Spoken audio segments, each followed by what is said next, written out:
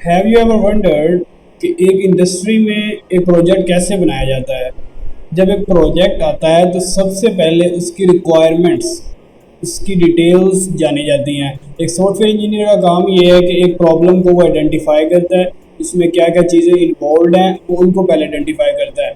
और यही चीज़ मैं इस सीरीज़ में इम्प्लीमेंट करना चाहता हूँ ताकि आप एक रियल इंजीनियर बन सके, ना कि सिर्फ एक डेवलपर जो सिर्फ कोड लिखता है। So, before wasting any time, let's start the video. And before this, I want to show that the source of this video is given in the description, which is a use case diagram. अब use case diagram क्या होती है वो भी मैं आपको इसी video में बताऊंगा।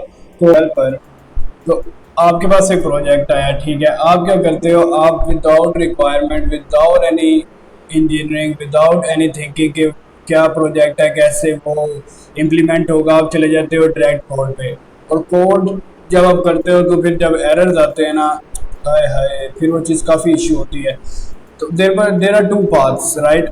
एक है विदाउट थिंकिंग, और इसी को हम सॉफ्टवेयर इंजीनियरिंग की ज़बान में कहते हैं रिक्वायरमेंट इंजीनियरिंग। और एक है विद थिंकिंग कि आप सोचते हो क्या रिक्वायरमेंट्स है, क्या इसमें हम कर सकते हैं। क्या मेन चीज़ होती है कि यूज़र्स क्या हैं एप्लीकेशन के और उनका काम क्या होगा, उसी के मुताबिक हम उसको बिल्डअप करते हैं। तो अब हम इसमें जा रहे हैं कि अगर मैं ये बात चूज़ करता हूँ तो मेरे पास प्रॉब्लम्स आएंगी, मेसी कोड आएगा और बर्नआउट आएगा। And if I choose this path then I am going to be scalable, I know what to build and how to build, right. So I want you to think about this कि इस application के एक restaurant के users क्या होंगे। Think about this और मुझे comment section में ज़रूर बताना कि आपके मुताबिक इस एप्लीकेशन के यूज़र्स क्या होंगे। डायग्राम क्या होती है, वो ये होती है ये। अब ये रिसोर्स मैंने आपको लिंक पे दिया है नीचे डिस्क्रिप्शन में, तो उसको ज़रूर चेकआउट करना है।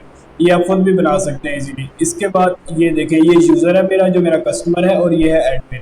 तो इसी तरह हमें करना है, क्या हो सकता है, यूज़र रजिस्टर कर सकता है, लॉगिन कर सकता है, कैटेगरीज में रिव्यू कर सकता है, एक वेरिएंट मतलब स्मॉल है, लार्ज है, वो सिलेक्ट कर सकता है। इसी तरह एडमिन है, admin login, manage, everything he can do. तो ये चीज़ें इसमें इम्प्लीमेंट होगी। अब इससे हमें पता चल जाएगा कि हमने क्या क्या चीज़ें बनानी है। अब अगर मैं ड्रैग जंप कर देता कोड में, मुझे नहीं समझ आती कि भाई क्या बनाना है, कैसे बनाना है। So this is very important. तो यूज़र रजिस्टर लॉगिन कर सकता है, तो हमारे पास में मॉड्यूल्स आ जाएंगे। मॉड्यूल्स इसमें हमारे पास किस तरह आएंगे, अब चेक करना। रजिस्टर लॉगिन ऑथेंटिकेशन मॉड्यूल में होता है। अब ऑथेंटिकेशन क्या होती है कि हम यूज़र को साइन अप के दौरान डेटाबेस में उसका डाटा स्टोर करेंगे। अब जब वो लॉगिन करेगा तो हम उसके मैच करेंगे उसकी क्रेडेंशियल्स को अपने डेटाबेस में, जो कि मोंगोडीबी हम यूज़ कर रहे हैं। तो इससे हमारे पास एक ऑथेंटिकेशन का फ्लो बना, एक ये मॉड्यूल बन गया, ठीक है। उसके बाद क्या है, कैटेगरीज। अब कैटेगरीज अपने आप में एक कंपोनेंट बन सकता है, एक हिस्सा बन सकता है मेरी एप्लीकेशन का, तो कैटेगरीज आ जाएंगी। इसके बाद आइटम्स, आइटम्स के अंदर डिफरेंट उसके वेरिएंट्स हो सकते हैं, डिफरेंट चीज़ें हो सकती हैं, वो आ सकता है। उसके बाद ऐड टू कार्ट मॉड्यूल बन सकता है। प्लेस ऑर्डर, ऑर्डर यूज़र आएगा तो भाई कोई खाना उसने खाना तो प्लेस ऑर्डर तो करेगा ना, तो ये चीज़ हो सकती है। उसके बाद वो पेमेंट कर सकता है। अब पाकिस्तान में मैं बना रहा हूँ तो I will going to implement the cash on delivery for now. आप लेटर इसमें पेमेंट गेटवेज भी ऐड कर सकते हैं। अब इसमें एडमिन, ये भी बहुत ज़रूरी है कि मैं बोल बेस करूँगा इसको।